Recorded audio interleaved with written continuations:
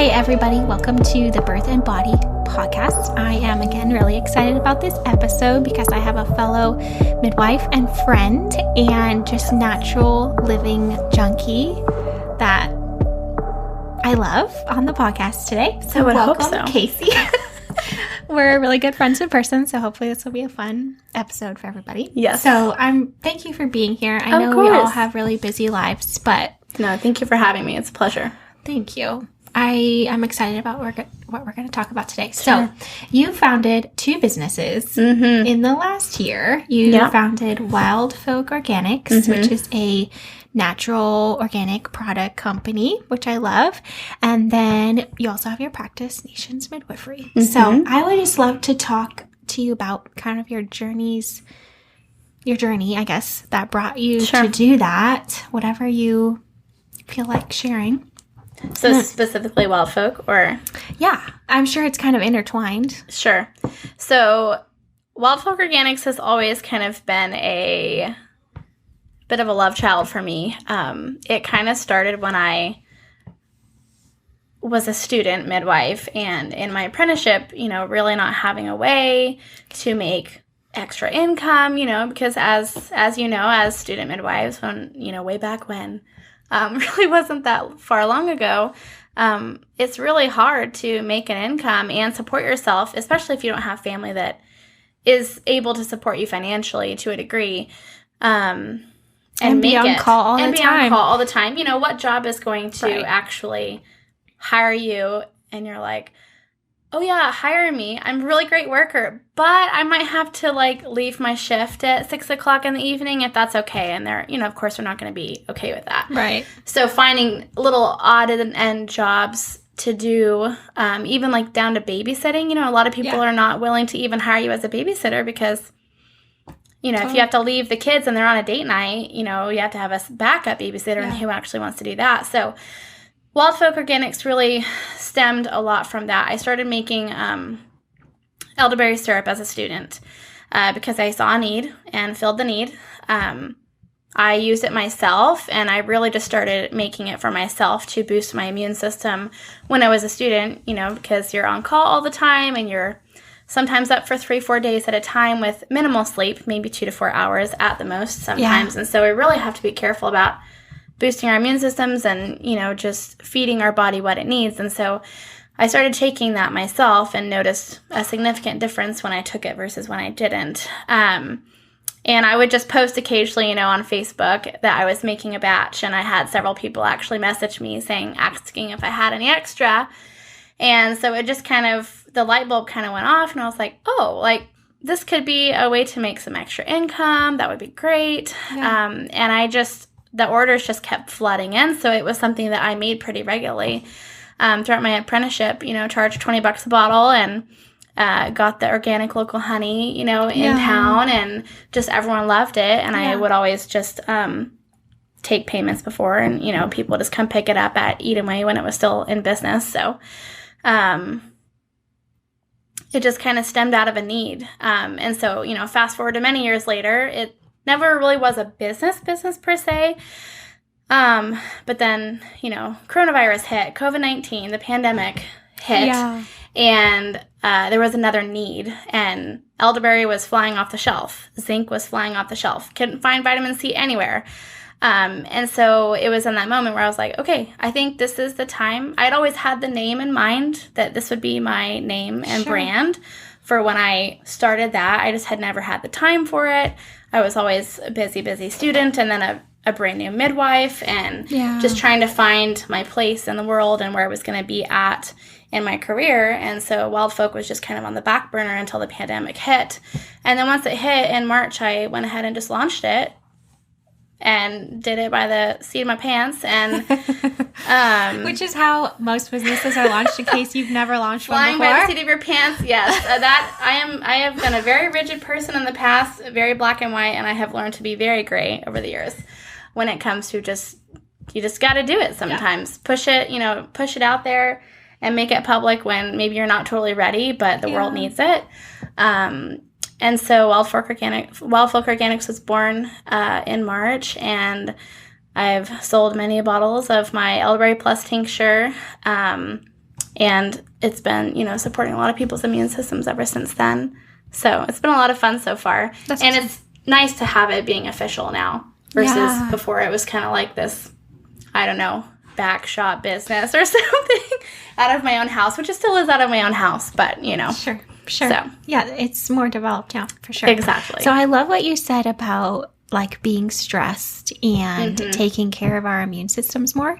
And I think a lot of people don't realize that when we are stressed and like producing a ton of adrenaline and epinephrine and running around like maniacs, even though like not everyone realizes when you're stressed, your body doesn't know, like, are you running from a tiger in the jungle? Or are you just in traffic and thinking about your to-do list and or up all night at a birth? I know a lot of birth workers listen to the podcast. Or up all night with a newborn or something. Sure, a newborn. Exactly. Like all of that taxes our body. And whenever we're that stressed, it weakens our immune system. So, and then, on top of that, we're pumping our body full of caffeine and mood uplifters and all kinds of things that are meant to keep us going, but then it really just craps out our adrenals, and then we're left feeling just as depleted as we were before. We took that little coffee, which, don't get me wrong, I love myself a good cup of coffee, but it's like this vicious cycle that we just can't really seem to get out of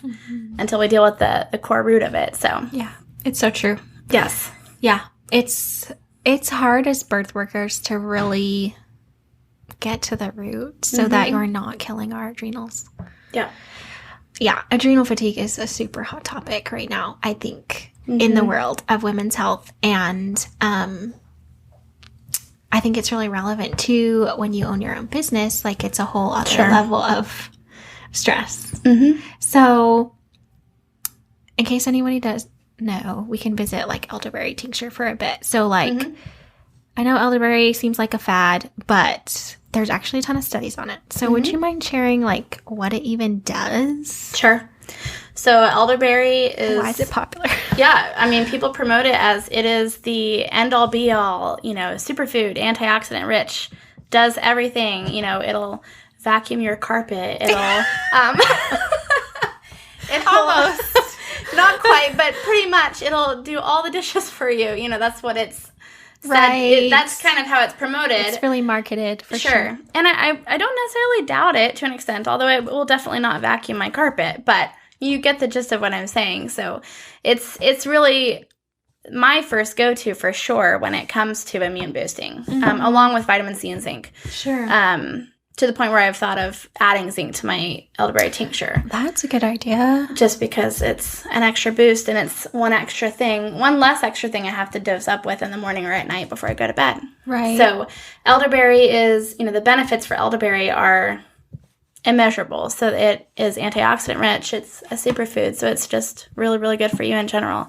It's packed full of, B6 vitamins and vitamin A and vitamin C. It's super antiviral and anti-inflammatory to your system. It's great for your cardiovascular health. It's actually been even proven to, lower glucose levels, which is awesome for... Yeah, I saw that, which was really interesting. Those that struggle with maybe diabetes or some insulin resistance, could potentially benefit from it, although I would recommend that they, consult a healthcare provider before they started taking it if they were on some sort of medication that it could, alter things with.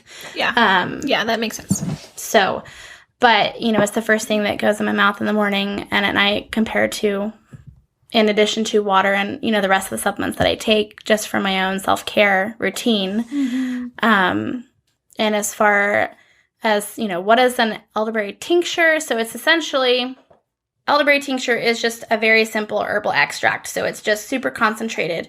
And it is just organic cinnamon, organic clove, organic ginger, and then obviously the organic elderberry is the main ingredient. And it sits in, high-proof alcohol, which I use vodka. And it just sits like that in a warm environment. I usually put it by the window and it will, sit there. You shake it occasionally so it's all blending together really, really well.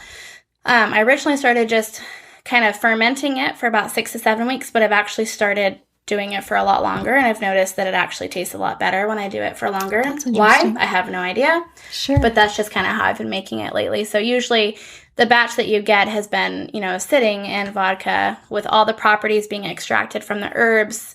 and being put into a concentrate essentially for several weeks, a couple of months, if that. And then all of that is strained out with a cheesecloth. They use a cheesecloth to strain it all out, and then it goes in the bottles, and it, goes to whoever is taking it. Yeah. So pretty simple process, and very small bottle. A lot of people are like, wow, this is a really small bottle for what I'm paying, but at the same time, it's super, super concentrated, and so you really only need a couple of dropperfuls to get the full effect versus if you're taking a syrup, for instance, with honey in it, which a lot of people buy a syrup for their kids, and it's a more palatable because it's actually sweeter, whereas a tincture is going to be pretty bitter. It's going to have a bit of a kick to it. Sure. I think a lot of people are surprised on elderberry syrup compared to elderberry tincture. Tincture is not going to give you that sweet. Yeah. It's just going to be really, really potent with a lot of hot spices, like cinnamon and ginger and clove. So it's going to be more of a shock to the system to a degree. But it's, in my mind, 3 times the impact that an elderberry syrup would give you, but in a smaller form. Right. So. It's so interesting. Elderberry syrup has definitely been marketed better. And I love that botanical medicine is being marketed more. But a lot of people don't know about the tincture and how it is just the constituents of the plants that are helping our bodies just ends up in the alcohol, and it's such a great quick way to get it in. Right. And you don't have to refrigerate it, so it lasts longer. And that's why I switched, because originally I was just making elderberry syrup. Right. And that was great, but, it just goes bad so quickly. Just maybe, I think, 2 months max, maybe only 6 weeks in the fridge. Mm-hmm. And that's if you're actually using it, and then it starts getting moldy, and, no one wants to take that. So I switched to the tincture because it is so much more shelf stable as long as it's in a cool, dry place, and it lasts for up to 3 years, if not longer sometimes, depending on what tincture it is. Sure. So that for me sold me, and so I just haven't really looked back and made elderberry syrup since, and it's been elderberry tincture ever since then. So yeah, it's great stuff. And I think a lot of people don't realize it's even an option. I mean, you go buy the tincture aisle at Sprouts or Whole Foods or whatever, but it's such a great shelf-stable option. And used for centuries. So it's great. Exactly. Yeah, I love it. It's great stuff. Yeah. I need to remember to take mine each morning like you do. Because we're all under stress. It's true. And it is more marketed, I know, in the cold and flu season. And it's great for that, too, because a lot of people, it's antiviral. Yep. It, boosts your body's production of white blood cells, which are what eat the virus in our body and, consume it and Pac-Man, right? Yeah, exactly. And then get, expel it from the body. So it's great during that, but great for really any time that we're stressed too, when our body's not producing enough of those white blood cells. So it's good stuff. When we're stressed, when we're not getting enough sleep, just all the things. Yeah, which is is normal life, everybody.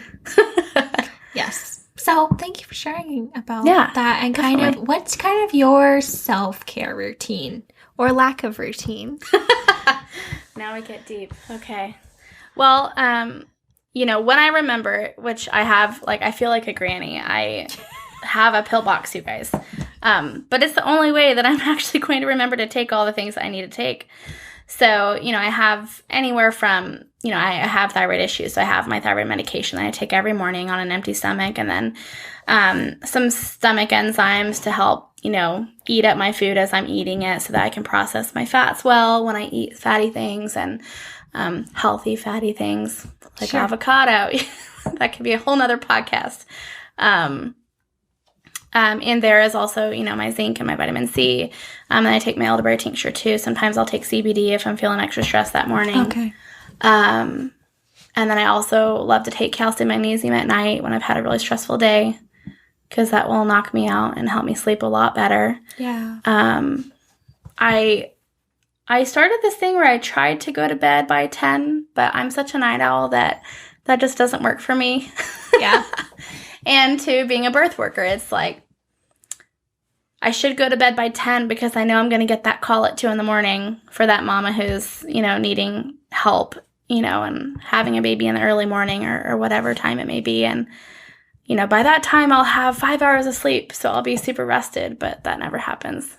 So it's always, I hit the pillow and I've maybe slept an hour because I went to bed at midnight or 1 in the morning. Yeah. Because I'm just a night owl. Yeah. So I wish I was not, because that would mean I would be a much better birth worker if I got more sleep. But I also work off not a lot of sleep too, and it's fine. But it's not fine at the same time, right? You know, because we need to be able to be rested to make good decisions for our clients and for other people. So, yeah, it's true. So I think one of the biggest challenges of being midwives is just in that irregular schedule. How do we stay healthy and for ourselves and our family and friends, but also our clients? It's really hard.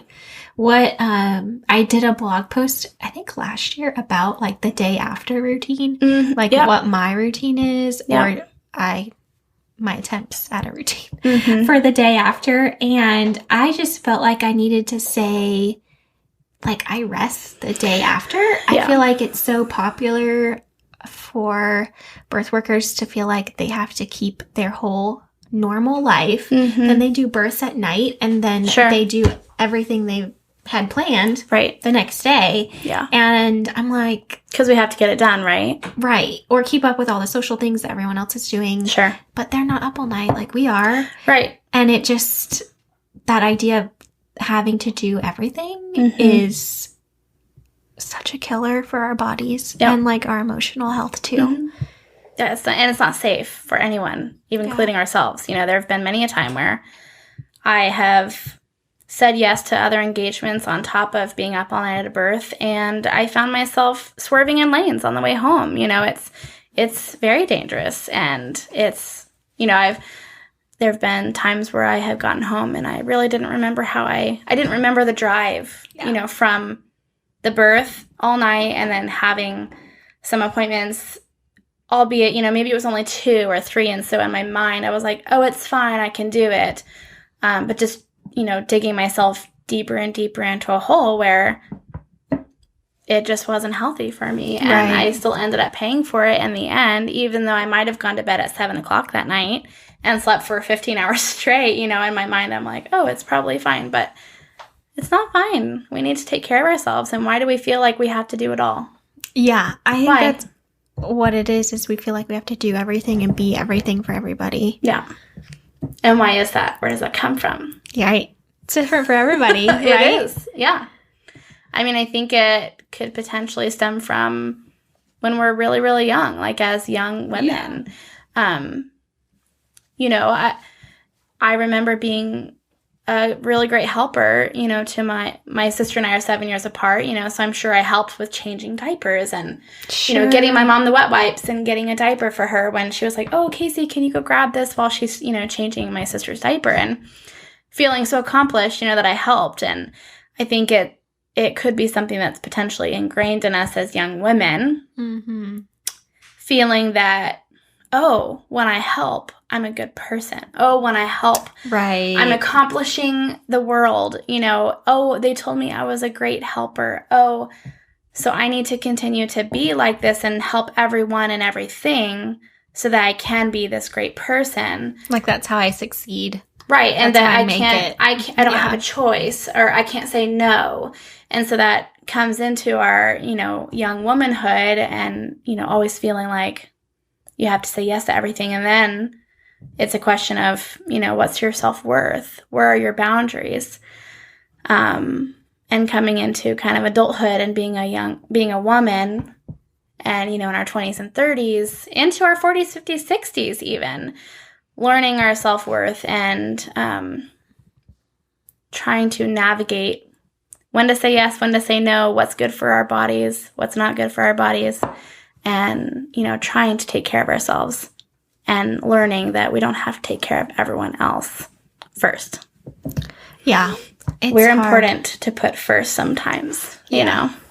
Yeah, especially as midwives, or most women are caregivers in some role, like the majority of women are. And I think we end up being in caregiving type professions a lot of the time. We are kind of taught that that's what we're supposed to do to be the ideal woman or be accomplished or all these things. It is interesting the way we take on the identity of what the culture says we're supposed to do in order to be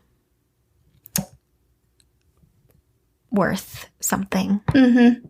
And then I think, especially even for me, I think as a midwife, when you can't keep up with everything, which we can't, it's just not possible to, like, we're humans, we have limits. Right. I feel like we're constantly reminded of that as midwives because we're tired and can't do everything. And we realize we can't be up for 2 days straight with this first-time mom, even though we want to. Sure. It's hard to realize you have limits too. Because I think, and that our bodies have limits. I think for me, that's why I push it constantly, or struggle to not do self-care, or struggle to, even though I know it's good to take the Elderberry Tincture, I struggle to do it because I was taught you can be anything you want to be. Mm-hmm. It's not true. Like, wait, what? I feel like that was a thing from the 90s of like, you can do whatever you want. Yeah. And we actually do have limits. Yeah. And we're all winners. Right? Yeah. I'm like, actually, we're not all winners at everything. Not everyone gets a trophy. It's okay to not be good at everything. Sure. Right. Yeah. And it's so hard to, I think it's hard to realize that. Like, I think that's why self-care is so hard for me, is because I have to admit that I'm human and need and have limits. Right. And also, you have to admit to yourself and the expectations of yourself that not necessarily that you're less than, but that, oh man, I didn't accomplish everything that I wanted to. And then what are we serving? Like this perfectionist ideal of ourselves. I think that's what it really boils down to. Yeah. Yeah. I think we can't be perfect. But society wants us to be. I know. So we try to have that appearance. Especially, I know you're an Enneagram 3. Mm-hmm. For sure. I am, yeah. So the performer is definitely a big part of me, and, always wanting to achieve everything and be everything for everyone. But, I'm still learning that is just not even achievable. So have grace for myself, Yeah. And I was actually reading something, I can't remember where it was, I'll have to find it, about just this trying to be a perfectionist. And even for women, more so women, I think, because society puts so much pressure on us. Sure.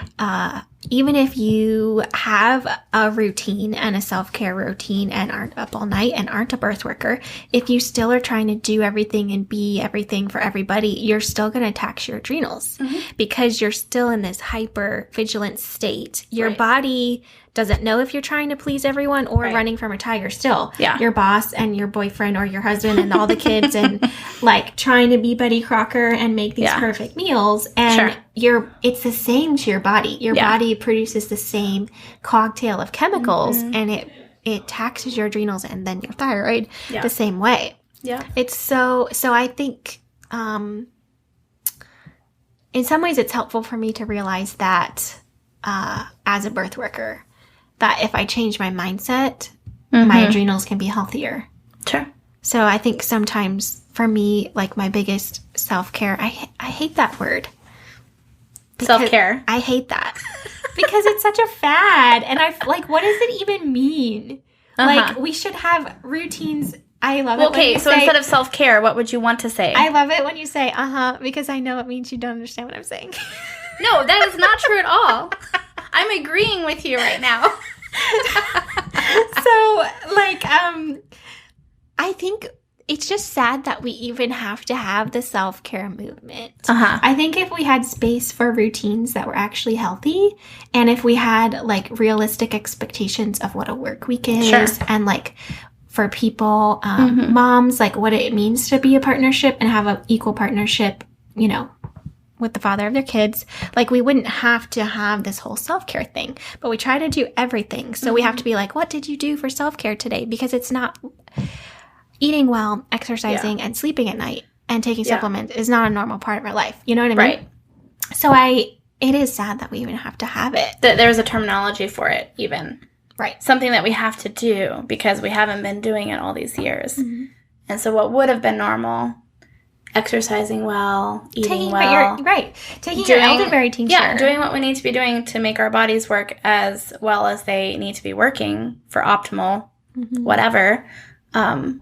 That hasn't been happening. So now we have this huge thing where we have to do one more thing on our list of to-dos for the day. Right. Right. So, but it's not, we can still accomplish it, but it takes a lot of work. Yeah, I think for me it is my mindset to not put so much pressure on myself, and it's okay to build in that time too. I think the saying no to the things, realizing it's so hard. It is hard because we want to please everybody. And I have serious, what some people would deem FOMO, fear of missing out, so I don't want to miss out on the event I had planned that day just because I had a birth through the night, and so I'll go to it anyways, right? In my mind in that moment. So, but learning to say no, it's huge. Yeah, and finding the balance to find that longevity, I think, because that is a big burnout for birth workers is huge, and that question of how do we find longevity, and I think the whole call schedule idea, shared call, is a big thing for midwives right now, and for me, I don't share call. I don't have plans to right now. And so thinking about, and I know a ton of midwives, birth workers, students, I work with a lot of students, ask me, how do I do that? And I think it is just being realistic. If I have a long birth, then I'm not going to do my whole to-do list that week. Sure. That goes into, the 40-hour work week I have planned for myself, and I have to exercise and do all, my body does actually require I do these certain things too. Yes. Yeah. And I know there are many people that listen to your podcast that are not even birth workers, but maybe moms with newborns at home that we've kind of already touched on, or just people and, women in general that, have their career but don't have kids, but have a demanding job. And so it's learning to ask for help. I think that's a huge thing for us too, not asking for help when we need to, and being willing to kind of humble ourselves and admit that we can't do it all by ourselves. We just can't, which is where family and friends come in. Hey, I'm really struggling eating well, and I know that's really affecting my immune system and how I'm operating. Can I maybe have you make some meals for me if I pay you? Will you go to the grocery store for me, or meal prep together, or something, or just reaching out to a friend or a family member to help you in some form or fashion, so that you can take care of yourself a little bit extra that week. Totally, how we should be all the time. Yeah, it's true. So it's true. It is hard to ask for help, I think, for women too, because we're again trying to do everything. Yeah, we want to be it all. We were never intended to be it all, though. Yeah. And to do it all for everyone. Yeah. It's supposed to be a group effort, for sure. It takes a community to get it all done. That's true. I guess it is kind of an individualistic, maybe, or sort of a side effect of our individualistic culture, where we have to do everything and ourselves in our little unit of have this career and this family and this perfect body and all these things. And it's not. It's like you said, it's not meant to be that way. Right.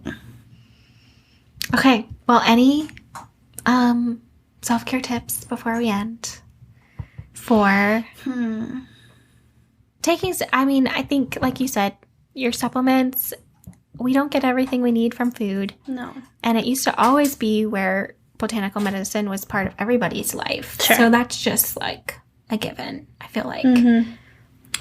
I think just if you want to start with basics and you're coming from a place where you don't take anything, this is maybe the first time you're hearing that it's a good thing to take care of your immune system, or maybe you have some knowledge and you're just trying to figure out where to start. I think vitamin C and zinc and elderberry are great.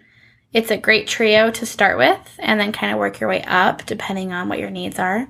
Sometimes I take an extra vitamin B just because I feel like I need it that day. I don't take it all the time. And getting vitamin D, spending time outside, that's true, really is such a mood uplifter. And we are all so extremely deficient in vitamin D as it is.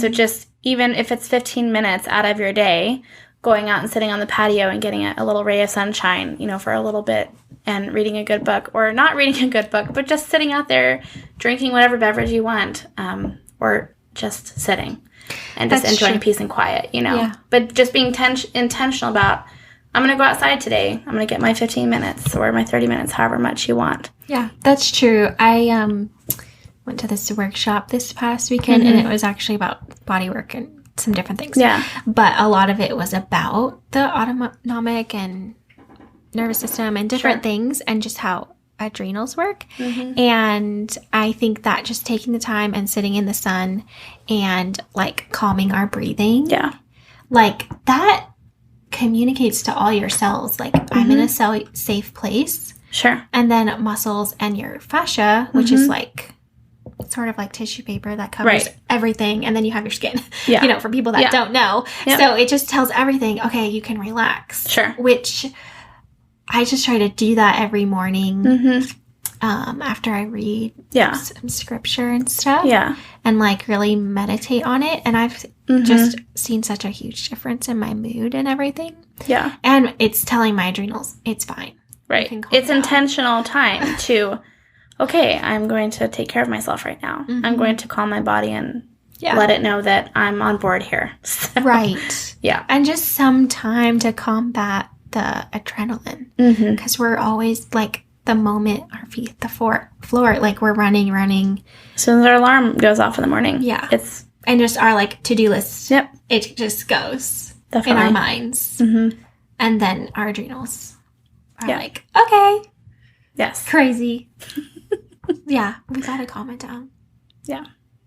Well, I appreciate you coming on the podcast. Yeah. Thanks for having me. It was fun. Sharing about Wild Folk Organics and just the challenges of self-care. But each day we can make steps to make our bodies happier. So yeah, we got to start somewhere. So for people who want more information about Wild Folk Organics, where is the best place to find you or more information on that? Yeah, so you can find Wild Folk Organics. It's FOLK for those who have been trying to, it's hard to say, and I should have thought of that when I made it, but it's, my tag name on Instagram is Wildfolk, WILDFOLK Organics. And then on Facebook, it's the same, Wild Folk Organics, but just 3 different letters. Okay. So, awesome. Yeah. Thanks, Kayce. Yeah, thanks so much, Bethany. Let us know what you want to hear about, and if you've made it all the way to the end, please leave us a review. We would so appreciate that. Share about it. You can find like more updates and things like that on my Instagram or Facebook. It's at Bethany Stricker Midwifery on Instagram, Bethany Stricker Midwifery Care on Facebook, and then just BethanyStricker.com for website stuff.